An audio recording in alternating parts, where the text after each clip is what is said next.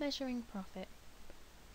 Profit is the difference between the total revenue and total costs. Profit per unit is average revenue minus average total costs.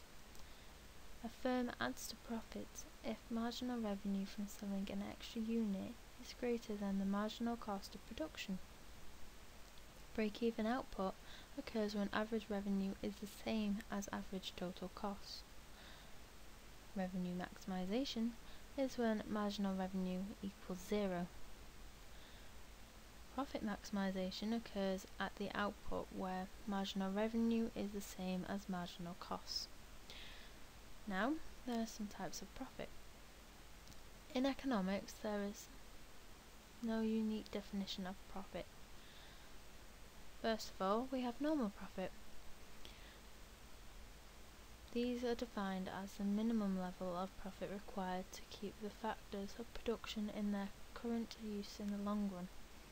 Normal profits are included in the average total cost curve. Thus, the firm covers its average total costs. It is making normal profit. Abnormal profit is any profit in excess of normal profit, also known as supernormal profit or economic profit. When firms are enjoying abnormal profits in an industry, there is incentive for other producers to enter the industry to try and acquire some of this profit for themselves. Subnormal profit is any profit less than normal profit. In the long run, a firm will leave an industry if it continues to make only subnormal profits, also called an economic loss. Now, illustrating maximization. The firm maximizes profit when marginal cost equals marginal revenue. It can sell output quantity 1 at price P. The profit per unit equals P minus ATC. You'll see it on the diagram below. Total profits are shown by the yellow shaded area. Because price exceeds average total cost and normal profits are included in the average cost curve, we can say that the firm is earning supernormal profits in this situation. A change in marginal cost causes a change in the profit maximization level of output. In the diagram above, lower variable costs cause marginal cost to shift from marginal cost 1 to marginal cost 2. The profit maximization output expands from quantity output 1 to quantity output 2. Higher costs will cause a contraction of output because of an upward shift in the marginal cost curve. Now, fall in production costs is the next diagram.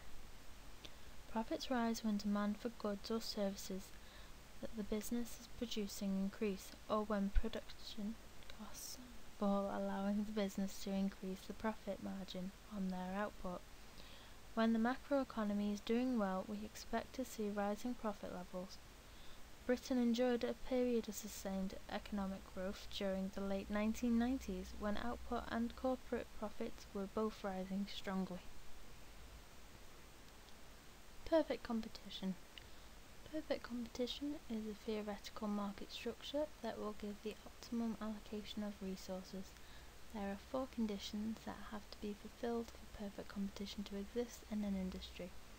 Firstly, there must be many buyers and sellers, and none of them can be large enough to have any influence over the market price. This would be a monopoly.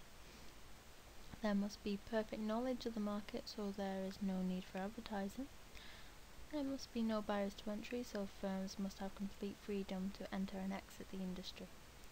The goods being sold must be homogeneous to nature. If all 4 of these conditions are met, then the industry is in perfect competition. In the short run, it may be possible for an individual firm to make supernormal profit. This situation is shown in the diagram below, as the price is above the average cost. However, this supernormal profit will not last, as it will attract new firms into the industry. The arrival of new firms shifts the supply curve to the right, as shown in the diagram below, and pushes the price down. The lower the price shifts, the average revenue curve downwards until all the supernormal profit has been competed away, and the firms are making just normal profits. This long-run equilibrium is shown in the diagram below.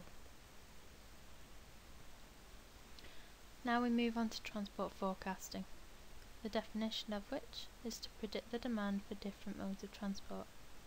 How do we do this?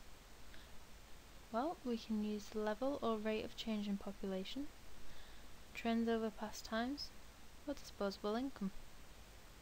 There are many reasons for doing this. I have chosen 4, one of which being to build new roads, or to improve roads, improve efficiency of cars or buses, or improve the rail. However, problems can arise in transport forecasting, one of which is congestion, as it leads to pollution, then to more ill health, which causes the economy to slow down, and productivity will fall. Secondly, it is only an estimate and may become invalid if external factors occur, such as natural disasters, which have been unforeseen. And finally, policies based on forecasts are invalid. Now for monopoly. There is more on the monopoly structure. I haven't laid out this video very well, just bear with me, I do apologise. Characteristics of a monopoly is that there is one sole supplier, it's a price maker, high barriers to entry so there's no competition, profit satisfies, and economies of scale. Now to look at the advantages and disadvantages of a monopoly. First advantage is that they have economies of scale, which leads to falling average costs and therefore lower prices. This will increase consumer welfare as more consumers can afford the product. Therefore, consumer surplus increases, which moves us closer to allocative efficiency. Secondly, monopolies benefit from supernormal profits.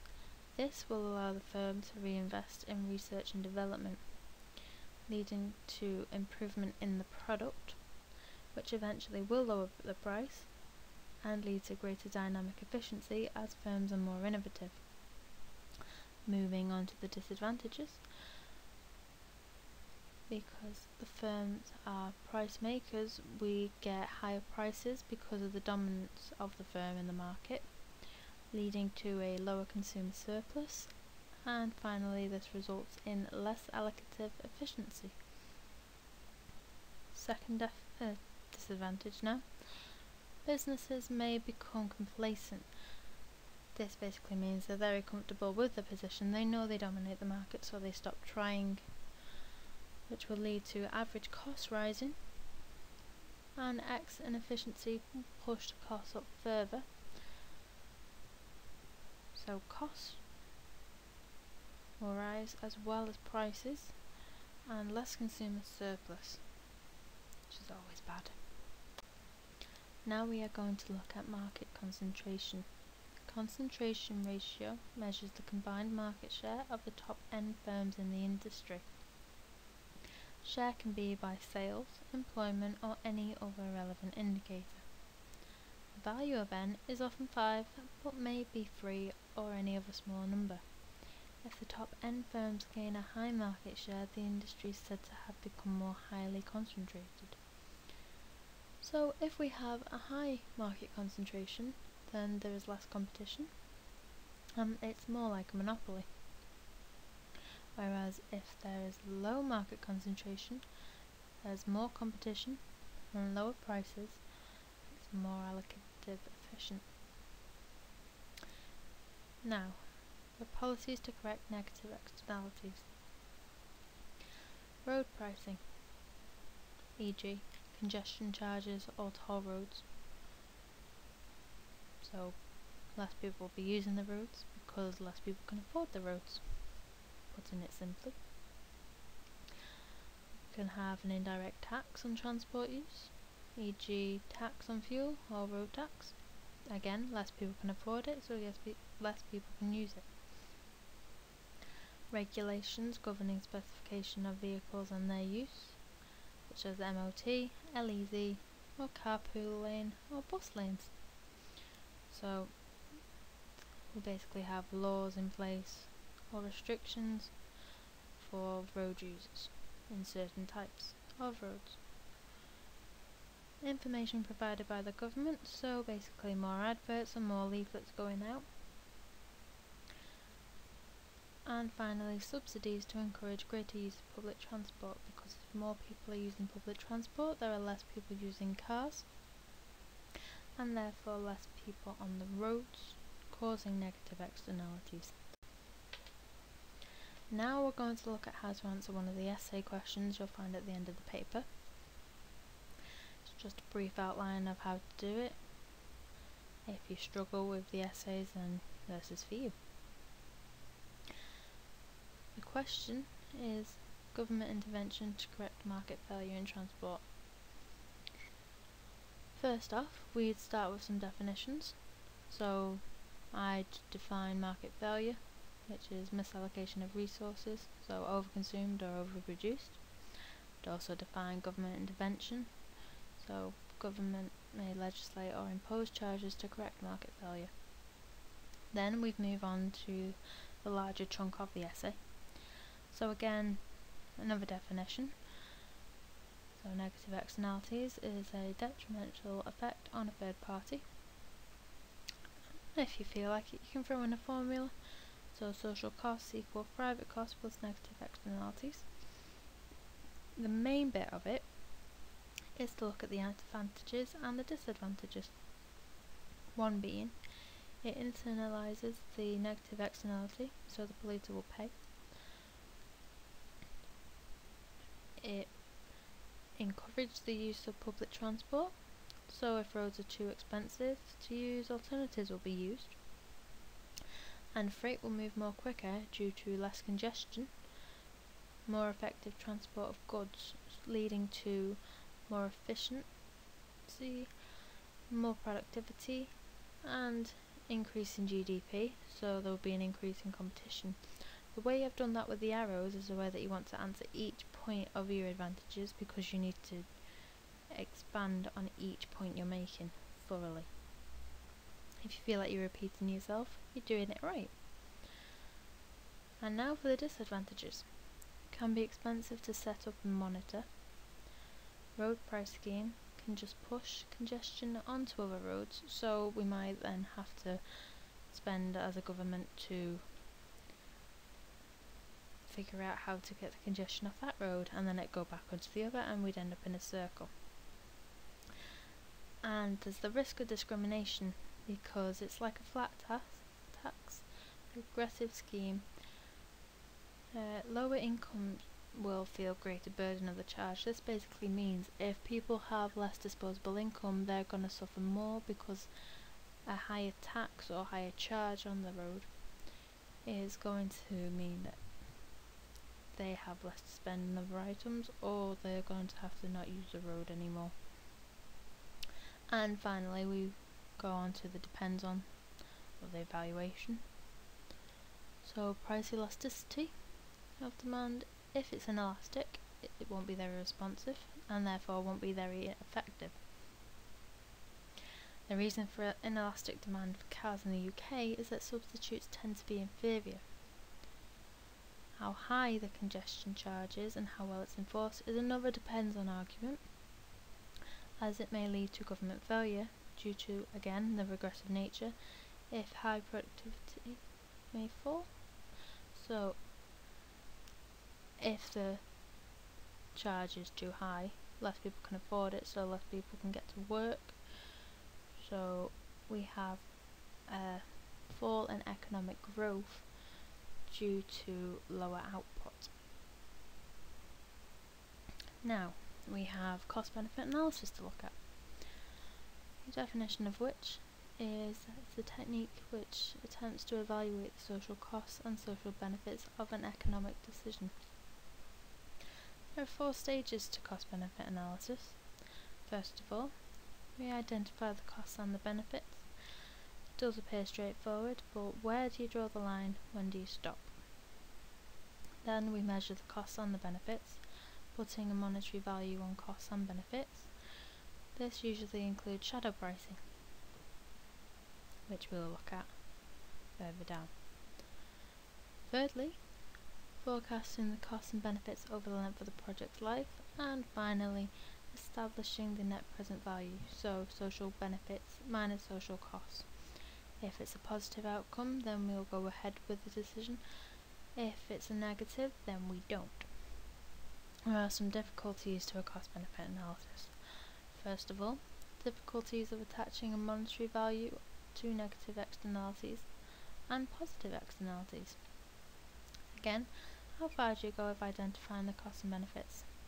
How long and wide should the scope of cost-benefit analysis be? In theory, as much as possible, but is it practical? It might take longer than the actual project itself to look at all the costs and all the benefits. The possibility of political pressure.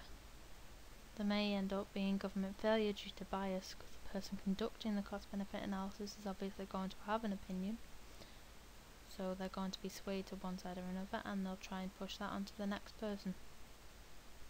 Finally, effectiveness of cost-benefit analysis ultimately depends on accuracy of the data. Now, methods of monetary value. First of all, shadow pricing. This measures lost output using monetary value of working hours lost.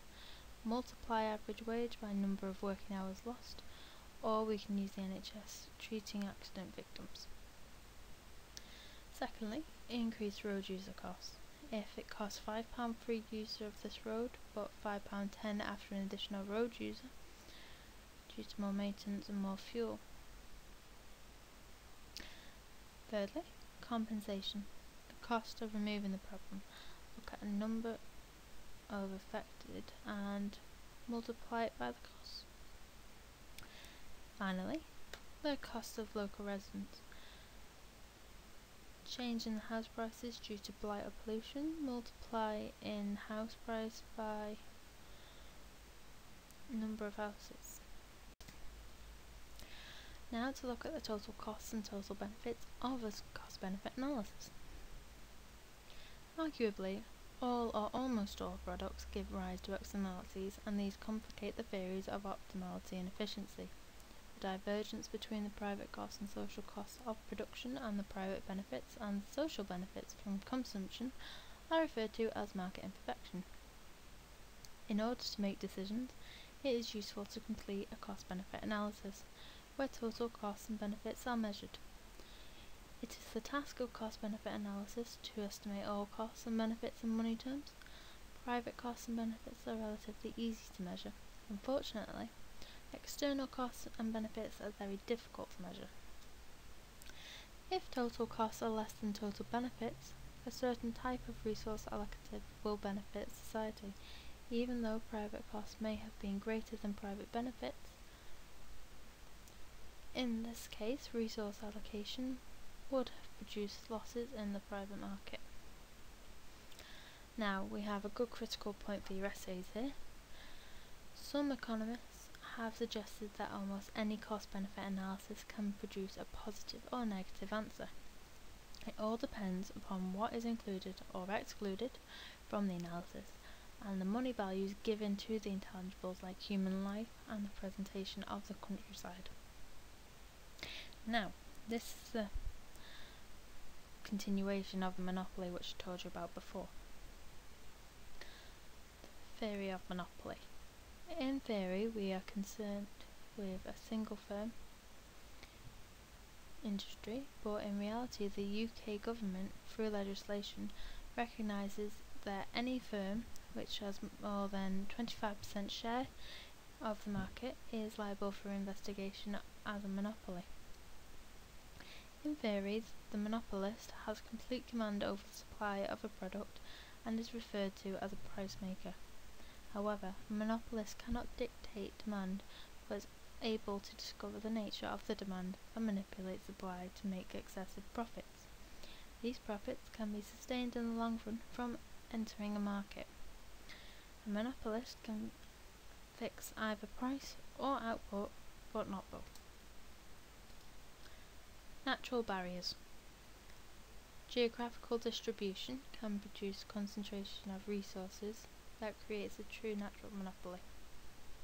Secondly, technical barriers caused by economies of scale produce monopolies which are described as natural in the sense that there are no contrived actions. A question which asks what market structure will develop when a firm continually benefits from increasing returns to scale is looking for the answer monopoly. Finally, local monopolies. These are investigated by the relevant government department and can be caused by transport advantages at a particular location or ignorance of potential competitors. Now, deliberate barriers to exclude competition. Government has been involved in the creation of monopolies which were arguably created in the national interest. The monarchy granted firms monopoly status. Modern government protects a firm's invention for 16 years under the Patent Act. Public utilities were granted monopoly status to protect the public from exploitation. So why have so many public utilities been privatised? Legalisation is to protect farm incomes, has created monopolies at the level of marketing and distribution. Tariffs on imports are a source of monopoly power, and finally quotas provide a source of monopoly power to those firms holding a share of the quota. In the private sector, the search for increased profits encourages firms to try and become monopolies through a process of contrived scarcity or anti-competitive practices. This may involve a number of actions to exclude competition, such as tied outlets for retailers, subsidiary companies set to make losses and force competitors out of the market, persuasive advertising designed to lessen the degree of product substitutability, mergers and takeovers.